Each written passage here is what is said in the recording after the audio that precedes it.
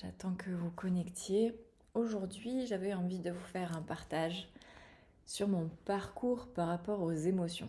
Parce que comme beaucoup d'occidentales, j'ai été élevée, éduquée à contrôler mes émotions, à contrôler l'image que je dois donner au monde, à un peu comme me surveiller, comme s'il y avait deux personnages. Il y a la personne qui agit dans le monde et puis il y a l'autre qui vient de dire pas comme ça, un peu plus comme ça. Là, c'était un peu trop. Et en fait, tout ce contrôle, c'est du parasitage qui, à mon sens, t'empêche de vivre pleinement ta vie, qui vient complexifier beaucoup de choses. Euh, et je vais rentrer un peu plus dans les détails. Pour les personnes qui ont lu ma newsletter, c'est une redite. Je n'irai pas autant en profondeur, je peux pas à l'oral là comme ça. Ado, j'ai perdu un proche. Il y avait pour moi une grosse incohérence qui était que cette personne est décédée d'un cancer du poumon alors qu'elle avait jamais touché une cigarette. Et pour moi, il y avait un truc quand même un peu bizarre. Et puis, il y a plein d'autres éléments au fait d'avoir un cancer que la cigarette, mais disons que cette personne, elle ne les cochait pas vraiment. Il avait un mode de vie qui était assez sain, Enfin, c'était pas très logique. Et puisque ce proche était quand même très proche, naturellement, ça m'a beaucoup touchée. Et c'était au moment de mon orientation, puisque c'est arrivé au moment où on passe le bac. Et du coup, ça a été vraiment un truc assez fort et qui a été déclencheur de dire, ok, moi là, enfin ma priorité, je suis en train de, quand on perd quelqu'un, on touche un peu ce truc là de la vie en fait, c'est pas si immuable que ça, c'est pas si à vie que ça la vie, ça peut s'arrêter vite, ça peut ne pas avoir de sens, ça peut tout en fait. Et dans ce truc là, quand tu es ado, que tu dois t'orienter, avec ça sous le nez, tu te dis bon ok là ma priorité c'est de comprendre ce qui s'est passé, c'est beaucoup plus fort que de trouver je ne sais quel métier ou quoi. Et du coup, je m'oriente en médecine chinoise en me disant bon bah je suis pas forcément mauvaise à l'école, je sais pas si j'en ferai mon métier, mais là c'est fort quoi, j'ai besoin de comprendre. Et du coup, en arrivant dans la médecine chinoise, j'ai vu dès la première année, parce que vraiment ça fait partie des fondamentaux de la médecine traditionnelle chinoise, que chaque organe est lié à une émotion. Et vraiment pas que, parce que il y a du coup 5 éléments, 5 émotions, 5 organes, 5 entrailles. On peut caler quasiment tout le vivant sur ce tableau d'analyse basique de la médecine chinoise. Et là, je comprends que du coup, le poumon, donc cancer du poumon, est lié à l'émotion de la tristesse. Et du coup, en miroir avec le vécu de la personne, c'était, bah oui, là par contre, ça fait terriblement sens. Autant pas fumer une cigarette, avoir un cancer du poumon, c'était pas logique. Autant la tristesse, je l'avais bien connue chez cette personne et que elle ait un cancer du poumon, tout d'un coup tout devenait logique. Et si vous observez autour de vous, voire même votre vécu, il y a un type de pathologie sur lequel on a tendance à être un peu souvent confronté. Il y a des gens, ça va être les intestins, il y en a d'autres, ça va être des problèmes d'estomac, des problèmes aux yeux, ou de l'anxiété. Voilà, chacun a un peu son truc qui revient en fait. C'est un peu son thème, son terrain. Et du coup, ça, on peut se rendre compte qu'on a tous un type d'émotion auquel on est le plus sujet. Et du coup, là, énormément de choses se sont expliquées, mais je vais vous offrir 2 ateliers sur les émotions dans 2 semaines, grosso modo, ça commence le 8 mai, où du coup je vais vraiment rentrer en profondeur pour vous expliquer quelle émotion égale quelle chose dans le corps. Mais ça, il y a un petit côté un peu technique, même si je vais vraiment le simplifier. Du coup, pour les personnes que ça n'intéresse pas d'aller creuser en profondeur, je ne vais pas évoquer ça là. Si ça vous intéresse, les ateliers sont gratuits. Vous avez juste à vous inscrire sur le site, c'est comme d'habitude. Vous recevez les liens et les replays. Mais passons ça. la conclusion en fait de ce vécu avec la maladie, d'accompagner la maladie, d'en comprendre la cause et de faire de la médecine chinoise, ça m'a dit qu'en fait, les Occidentaux, on est tout le temps dans le contrôle de l'émotion et que ça rend malade. Et ça je le savais pas. Ça finalement c'est pas si connu. On a un peu ce truc de oui, c'est mince comment on dit. En gros, ça peut avoir une origine un peu psychologique, un peu ce qu'on pourrait dire quand tu commences un peu à sortir de la médecine classique. Mais j'avais pas fait ce lien de c'est une vraie source de pathologie comme, je sais pas, comme de bouffer de la junk food peut te rendre obèse. Il y a un lien vraiment tangible. Ça, c'était la première fois que c'était si évident. Et du coup, quand tu commences à connaître un peu tout comment ça fonctionne et que cette façon de faire avec les émotions te paraît de plus en plus normale, de plus en plus naturelle, de plus en plus évidente, tu commences à changer des choses dans ta vie. Mais du coup, là, j'avais encore que l'aspect, on va dire, négatif. C'est-à-dire que je me rends compte que contrôler ses émotions peut rendre malade.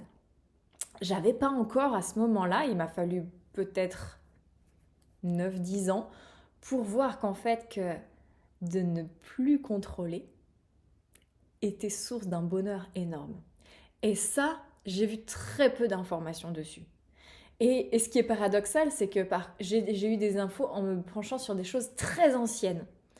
Euh, des choses qui viennent du yoga, de l'ayurveda ou aussi de la médecine traditionnelle chinoise, mais des choses qui se comptent en millénaires, quoi. Parce que vraiment, je pense que je n'en sais rien de l'origine. Moi, ça me fait sens par rapport à notre religion en France qui est surtout catholique. Mais il y a, voilà, en tout cas, on est très dans le mental, on est énormément dans le contrôle et du coup, toute cette façon de faire ne fait même pas partie du champ des possibles. Et du coup, ce que je découvre, c'est qu'en fait, ben, mon chemin, ça a été ok de contrôler les émotions et négatives. Donc, c'est important d'arriver à les exprimer. Ben, première étape, tu parles. Tu commences à dire, là, je me sens triste. Là, tu le dis par rapport à toi-même. Puis après, tu arrives à le dire, le verbaliser un peu aux autres. De te dire, ah là, ça m'a mis en colère. Et du coup, petit à petit, tu deviens de plus en plus légitime à dire, bon, ben, souvent, parce que le gros frein, en fait, principalement avec la colère dans notre culture, c'est de se dire, bah, je ne peux pas l'exprimer, parce que ça fait de moi une mauvaise personne. Alors qu'il n'y a aucun rapport, une émotion, c'est juste une émotion, elle est ni positive ni négative, c'est une énergie qui te traverse, mais nous, on a associé ça à être une mauvaise personne, parce que bah, typiquement, quand tu peux faire du mal en fait avec la colère, tu peux aller loin, la colère c'est le feu, donc le feu ça brûle. Mais le feu ça éclaire aussi, et ça on ne le voit pas. Et du coup, quand tu as une colère, souvent il y a un non-respect de tes limites, il y a des grands axes comme ça qui sont posés par rapport aux émotions, et euh, c'est hyper bénéfique d'avoir de la colère. C'est la stop. Là, c'est aller trop loin à cause de moi, à cause des autres, peu importe même qui est le coupable. C'est juste, je veux plus ça. C'est super. Heureusement qu'il y a ce signal qui monte là, qui fait genre non. Heureusement qu'il y a ça. Et donc, tu commences à changer ton regard par rapport aux émotions et à pouvoir les affirmer. À voir que de les exprimer n'est pas une faiblesse. C'est même une sacrée intelligence. Et donc, voilà, petit à petit, je transforme ça, jusqu'à me rendre compte que le meilleur moyen d'être en interaction avec les émotions, c'est de plonger dedans. C'est-à-dire, là, je me sens triste et je fais pas juste, tiens, je me distrais, je vais regarder ailleurs, je vais faire autre chose, je vais mettre ça de côté. Juste, et vraiment, des fois, pour des petites choses. Ah, je me sens triste. En fait, on a un inconfort à cet endroit-là. Et au lieu de faire ah, je vais éviter l'inconfort, dire ah, attends, je me sens triste, je le regarde, je plonge dedans. Et là, souvent, ça vient raconter une histoire. Et tu laisses faire ton corps, qui sait. Ça aussi, je vais vous l'expliquer. Bon, grosso modo, dans les 2 ateliers sur les émotions, c'est le premier, je vous explique plus la médecine chinoise, l'aspect intellectuel, et le deuxième, je vous explique le côté kiffant. En profondeur, pour que vous puissiez le mettre en place aussi. Et là, en fait, quand tu as plongé dedans, tu te sens comme enivré. C'est difficile. Il faut un peu le tenir.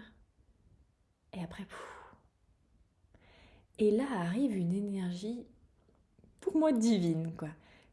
Pour moi, c'est ça, être dans la vie. C'est ok, il s'est présenté quelque chose, je ne l'ai pas refusé, j'ai plongé dedans. Et pour moi, à être avec ses émotions, c'est aller de guérison en guérison. Il y a un moment, il y a une moto qui me double, moi j'étais en voiture, et je m'aperçois que c'est une femme. Et tout d'un coup, j'ai eu une montée un peu, probablement proche de mes règles, j'ai eu une montée de, un peu les larmes qui montent tout seules. Et je me suis dit, pourquoi pourquoi t'es triste là, Jade et je me suis dit, ok, laisse coupe le mental. Et fais ce que tu sais qui est bon de faire. Et j'ai laissé faire. Et je me suis dit, ok, je suis triste. Et je laisse. Et je laisse les larmes monter, toute seule comme une couillonne dans ma voiture. Et en fait, je me rends compte que j'ai énormément d'amour pour cette nana qui vient me doubler en moto. Et là, je me dis, why not?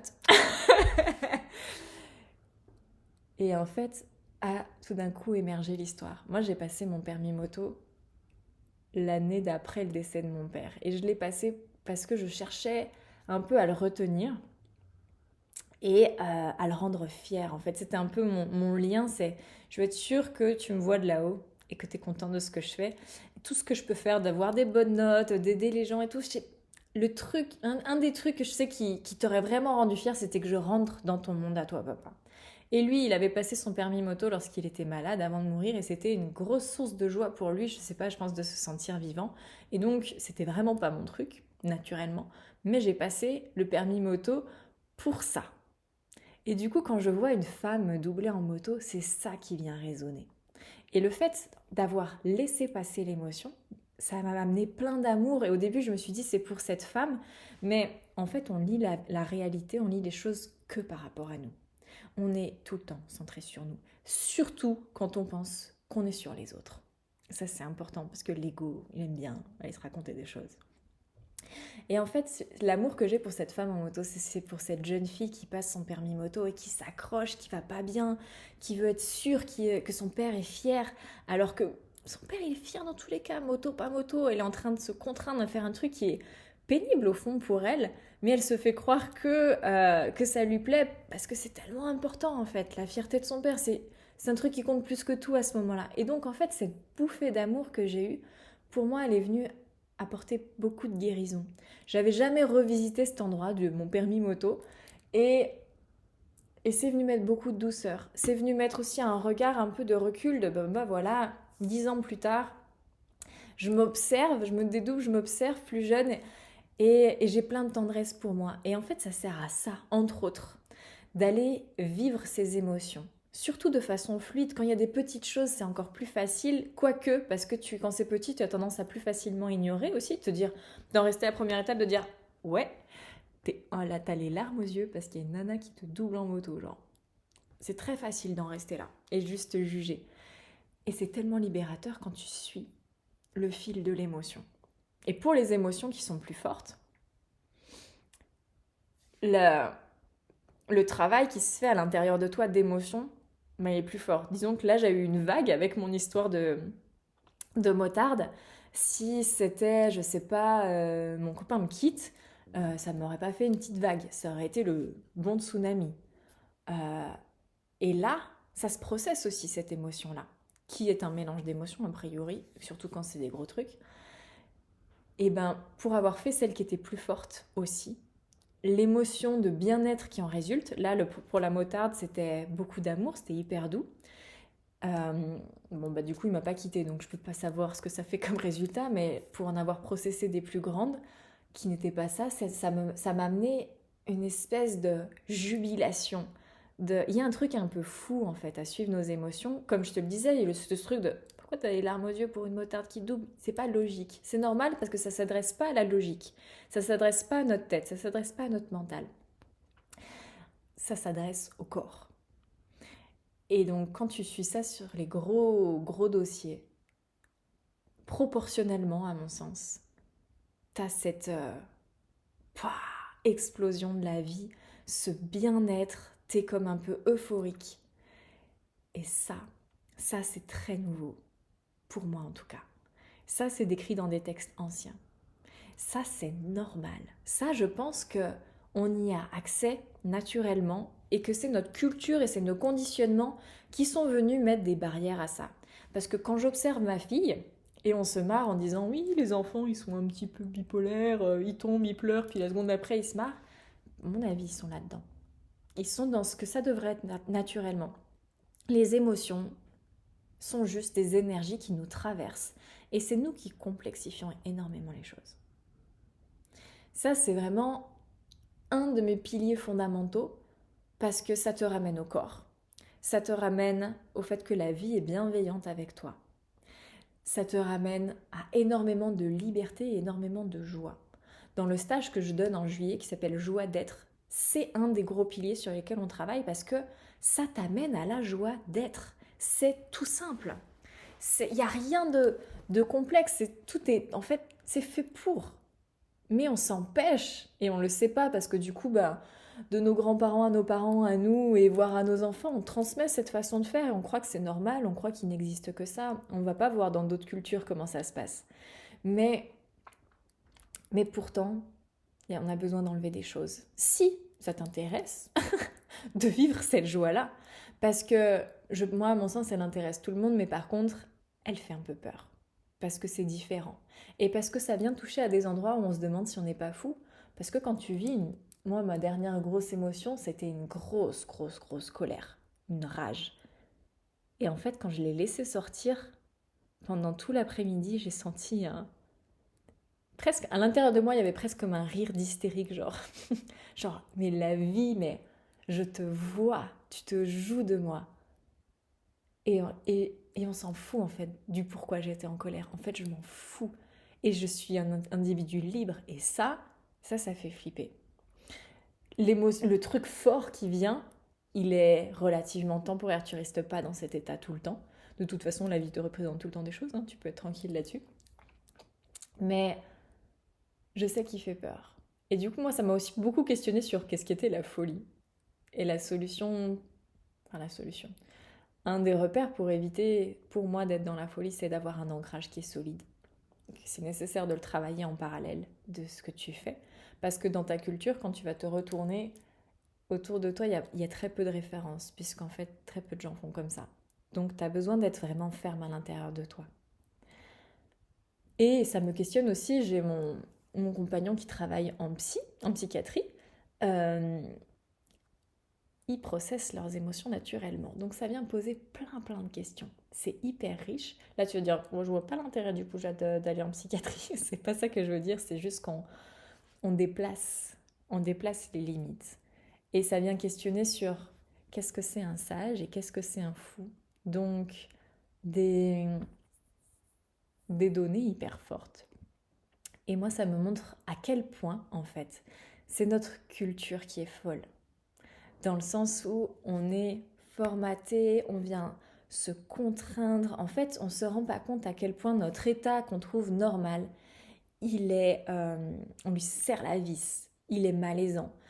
Et pour moi, la preuve en est, c'est quand tu regardes les chiffres d'antidépresseurs, d'anxiolytiques, l'argent qui se fait là-dessus. Quand tu regardes ça, pour moi, c'est ça les signes que notre culture est folle. C'est qu'on est arrivé à un endroit là où on bute un peu contre le mur et on est obligé, pour aller bien, de revenir à l'essentiel. Sans aller jusqu'à ce que je vous ai décrit, moi je reçois énormément de personnes en consultation pour qui de retrouver un rapport sain avec ses émotions, c'est la solution. Que ça peut te faire baisser tes antidépresseurs, voire les arrêter, anxiolytiques pareil, parce qu'en fait tu retournes à ton état naturel. Et quand je vous parle de sagesse et de folie, c'est pour m'adresser à votre mental parce que le mental, il va se poser ces questions-là et peut-être d'autres, ça a été les miennes, parce que ça fait pas partie de ce qu'on connaît. Cependant, ce que j'ai pu observer aussi avec mon mental, que c'est ce qu'on connaissait, était aussi pure folie. Voilà pour le partage sur mon vécu avec les émotions. J'ai jeté un petit coup d'œil, j'ai vu qu'il n'y avait pas de questions, vous pouvez m'en envoyer si vous voulez, je reste encore quelques secondes en live. Si jamais vous voulez aller plus loin, il y a les 2 ateliers sur les émotions qui seront le 8 mai et le 10 mai, entre midi et 2, qui sont gratuites, qui sont offertes. C'est pour ceux qui ont envie d'aller creuser. parce qu'on parle de choses un peu particulières, euh, comme on a pu déjà un peu le toucher là. C'est tout. Bon, sur ce, je vous souhaite probablement un bon appétit. Je vous dis à bientôt. Et pour les personnes qui auront des questions, vous pouvez naturellement me les laisser dans les commentaires. C'est toujours un plaisir pour moi d'y répondre.